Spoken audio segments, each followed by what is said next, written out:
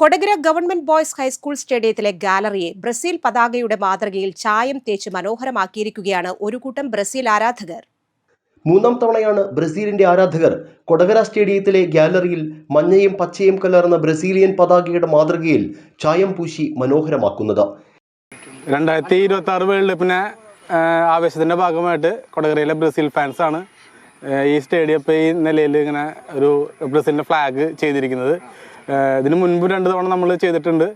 അപ്പോൾ ഇത്തവണയും വേൾഡ് കപ്പിൻ്റെ ആവേശം ഒട്ടും ചോരാത്ത രീതിയിൽ കൊടകരയിലെ എല്ലാ ബ്രസീൽ ഫാൻസും ബ്രസീൽ ജയിക്കുന്ന ഒരു ആഗ്രഹത്തോടുകൂടി നമ്മുടെ കൊടകര ഗവൺമെൻറ് ബോയ്സ് സ്കൂളിലെ ഈ സ്റ്റേഡിയം ഇത്രയും നന്നായിട്ട് ചെയ്തിരിക്കുകയാണ്.